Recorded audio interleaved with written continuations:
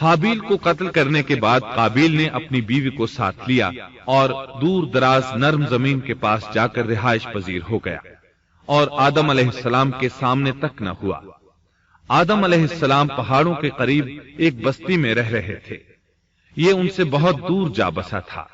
اس طرح قابیل کا آدم علیہ السلام سے رابطہ بالکل ختم ہو گیا اور اس سے ایک نئی نسل کی ابتدا ہوئی۔ فحاشی اور اریانی کو ان کے ہاں عروج حاصل تھا۔ عبادت یہ لوگ اگرچہ اللہ ہی کی کرتے تھے، لیکن آدم علیہ السلام کی شریعت کے خلاف بے حیائی کے دل دادا تھے۔ تقوی کی قلت، احکام الہی کی نافرمانی اور فحاشی کا فروغ ان کے شب و روز کا معمول تھا۔ اس کے بعد لوگ دو گروہوں میں تقسیم ہو گئے۔ شریر اور برے لوگ قابیل کے ساتھ مل گئے اور آدم علیہ السلام کے دیگر بیٹے اور نیک لوگ آدم علیہ السلام کے ساتھ مل گئے۔ آدم علیہ السلام 960 سال زندہ رہے۔ ان کی کل عمر تو 1000 سال تھی، لیکن 40 سال کم کر دی گئی۔ سیدنا ابو ہریرہ رضی اللہ عنہ بیان کرتے ہیں کہ رسول اللہ صلی اللہ علیہ وسلم نے فرمایا، جب اللہ نے آدم علیہ السلام کو پیدا فرمایا تو ان کی پیٹھ پر ہاتھ پھیرا۔ اس طرح قیامت تک جتنے انسان پیدا ہونے والے تھے ان کی روحیں وجود میں آ گئیں۔ پھر ہر انسان کی آنکھوں کے درمیان ایک نور رکھ کر آدم علیہ السلام کے سامنے پیش کیا۔ انہوں نے پوچھا، یا اللہ یہ کون ہے؟ اللہ نے فرمایا، یہ تیری اولاد ہے۔ ان میں سے ایک کی پیشانی کی چمک آدم علیہ السلام کو بہت اچھی لگی۔ انہوں نے پوچھا، یا اللہ یہ کون ہے؟ جواب ملا، یہ تیری اولاد میں سے بہت دور جا کر ہیں، ان کا نام داؤد ہے۔ پوچھا، ان کی عمر کتنی ہے؟ فرمایا 60 سال۔ آدم علیہ السلام کہنے لگے، یا اللہ 40 سال میری عمر میں سے ان کی عمر میں شامل کر دے۔ اس سلسلے میں دوسری روایت یوں آئی ہے، جب آدم علیہ السلام کی روح قبض کرنے کے لیے فرشتہ آیا تو وہ کہنے لگے، میری عمر میں تو ابھی 40 سال باقی ہیں۔ اس وقت ان کی عمر 960 سال تھی۔ انبیاء اپنی عمر سے واقف ہوتے ہیں۔ فرشتے نے کہا، کیا آپ کو یاد نہیں آپ نے اپنی عمر کے 40 سال اپنی اولاد داؤد کو ہبہ کر دیے تھے؟ رسول اللہ صلی اللہ علیہ وسلم نے فرمایا، چونکہ آدم علیہ السلام نے انکار کیا تو ان کی اولاد بھی انکار کی عادی ہے۔ آدم علیہ السلام خود بھول گئے، ان کی اولاد بھی بھولتی ہے۔ آدم علیہ السلام نے خطا کی، ان کی اولاد بھی خطا کرتی ہے۔ حابیل کے قتل کے بعد اللہ تعالیٰ نے آدم اور حوا علیہم السلام کو اس کا نعم البدل عطا کیا۔ اس کا نام انہوں نے شیس رکھا۔ شیس کا مطلب ہے اللہ کا دیا ہوا تحفہ۔ حابیل کے قتل پر آدم اور حوا علیہم السلام دونوں بہت غمگین ہوئے، اس لیے اللہ نے بدلے میں انہیں شیس علیہ السلام عطا فرمائے۔ سیدنا ابو ذر غفاری رضی اللہ عنہ سے مروی ایک صحیح حدیث میں ہے کہ رسول اللہ صلی اللہ علیہ وسلم نے فرمایا، اللہ تعالیٰ نے 104 صحیفے نازل فرمائے، ان میں سے 50 صحیفے شیس علیہ السلام پر نازل ہوئے۔ ان صحیفوں میں ایسے قوانین، اصول اور ضابطے تھے جن سے انسانیت کی زندگی منظم ہوتی ہے۔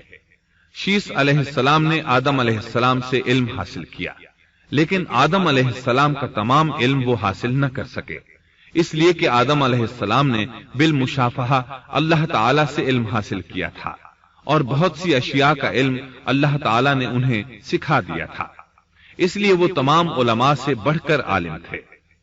شیس علیہ السلام نے آدم علیہ السلام سے علوم سیکھ کر لوگوں کو سکھائے۔ لوگوں نے ان سے مختلف علوم، فنون اور پیشے سیکھے۔ انہیں شہروں میں رہنے سہنے کے بارے میں تعلیم دی، دن رات کے حسابات سے انہیں آگاہ کیا اور انہیں بتایا کہ کن اوقات میں وہ اللہ کی عبادت کریں اور عبادت کے طریقے انہیں سکھائے۔ احادیث میں اس کی وضاحت ملتی ہے۔ امام احمد رحمت اللہ علیہ بیان کرتے ہیں کہ ابو زمعہ سعدی کہتے ہیں کہ انہوں نے مدینے میں ایک شیخ کو لوگوں سے کلام کرتے دیکھا تو ان کے متعلق پوچھا، یہ کون شخص ہے؟ لوگوں نے بتایا کہ یہ ابی بن کعب رضی اللہ عنہ ہیں، بڑے صحابہ میں ان کا شمار ہوتا ہے، تمام مسلمانوں سے بڑھ کر قرآن اور اس کی تفسیر کے عالم ہیں۔ ابو زمعہ فرماتے ہیں کہ ابی بن کعب رضی اللہ عنہ اس وقت یہ واقعہ بیان کر رہے تھے کہ جب آدم علیہ السلام کی وفات کا وقت قریب آیا تو انہوں نے اپنے بیٹوں سے فرمایا، میرا جنت کے پھل کھانے کو جی چاہتا ہے۔ جنت کے پھل دنیاوی پھلوں جیسے ہی ہوتے ہیں، سیب، انار، انگور، یہ سب جنت میں موجود تھے۔ جنت کے اور دنیا کے پھلوں میں فرق یہ ہے کہ دنیاوی پھل بدبودار ہو جاتے ہیں، جبکہ جنتی پھل کبھی بدبودار نہیں ہوتے۔ اسی طرح دنیاوی پھلوں کا ذائقہ عارضی ہوتا ہے، جبکہ جنتی پھلوں کا ذائقہ ہمیشہ برقرار رہتا ہے۔ اس لیے آدم علیہ السلام نے چاہا کہ وہ جنت کے پھل کھائیں۔ چنانچہ ان کے بیٹے تلاش میں نکل گئے۔ انہوں نے اپنے ساتھ کلہاڑے، کدالیں اور ٹوکریاں لے لی۔ راستے میں انہیں فرشتے ملے۔ ان کے پاس آدم علیہ السلام کا کفن اور خوشبو وغیرہ تھی۔ انہوں نے پوچھا، آدم کے بیٹو، کس چیز کی تلاش میں ہو؟ کہاں جا رہے ہو؟ انہوں نے جواب میں کہا، ہمارے والد مریض ہیں، انہیں جنت کے پھلوں کی خواہش ہے۔ فرشتے ان کے سامنے انسانی شکل میں آئے تھے۔ ان کی بات سن کر بولے، واپس جاؤ، تمہارے والد فوت ہونے کے قریب ہیں۔ اب ان میں اتنی طاقت نہیں رہی کہ پھل کھا سکیں۔ جب فرشتے آدم علیہ السلام کی روح قبض کرنے کے لیے آئے تو حوا علیہ السلام نے انہیں پہچان لیا۔ وہ بلند آواز سے آدم علیہ السلام کو پکارنے لگی، ان کے ساتھ چمٹ گئی۔ آدم علیہ السلام بولے، مجھ سے الگ ہو جاؤ، پہلے بھی مجھے تمہاری وجہ سے مصیبت پہنچی تھی، میرے اور میرے رب کے فرشتوں کے درمیان سے ہٹ جاؤ۔ پھر فرشتوں نے آدم علیہ السلام کی روح قبض کی، انہیں غسل دیا، کفن پہنایا، خوشبو لگائی، آپ کی قبر کھودی۔ پھر انہوں نے آدم علیہ السلام کی نماز جنازہ ادا کی۔ اس کے بعد انہیں قبر میں اتارا، پھر اوپر مٹی ڈال دی اور بولے، آدم کے بیٹو، تمہارے لیے یہی طریقہ ہے۔ اس وقت تک لوگ کفن دفن کے احکامات سے واقف نہیں تھے۔ انہیں علم نہ تھا کہ قابیل نے اپنے بھائی کو کیسے دفن کیا تھا، اس لیے فرشتوں کو بھیجا گیا تاکہ تدفین کا طریقہ بتا دیں۔ تو اس طرح انسان کو دفن کرنے کا طریقہ معلوم ہوا جو فرشتے لے کر آئے تھے۔ آدم علیہ السلام نے اپنی 960 سال کی مکمل زندگی میں سوائے اس درخت کا پھل کھانے کے اور کوئی خطا نہیں کی۔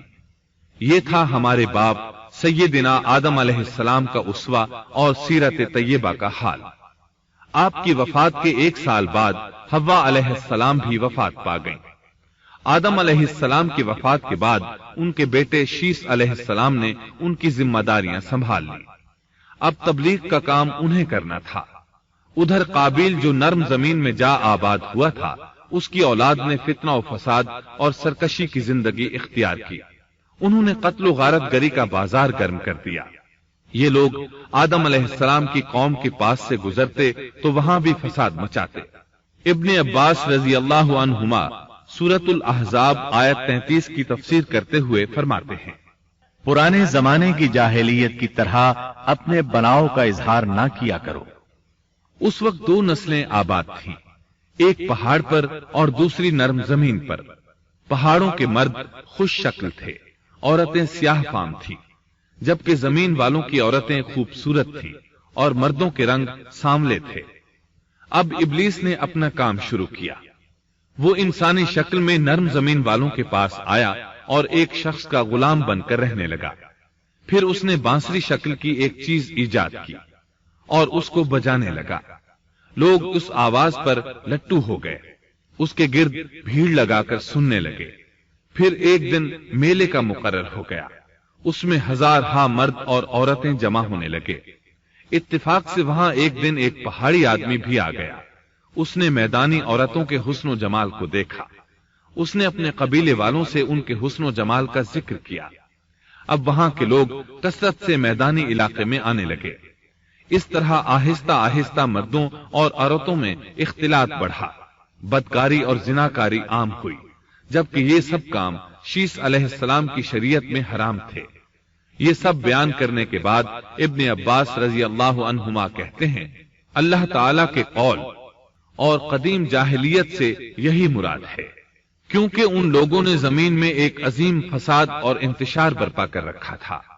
شیس علیہ السلام اپنی قوم کے لوگوں کو سمجھاتے رہے کہ وہ ان شریر اور فسادی لوگوں کے ساتھ میل جول نہ رکھیں، لیکن شیطان مسلسل انہیں ورغلاتا رہا۔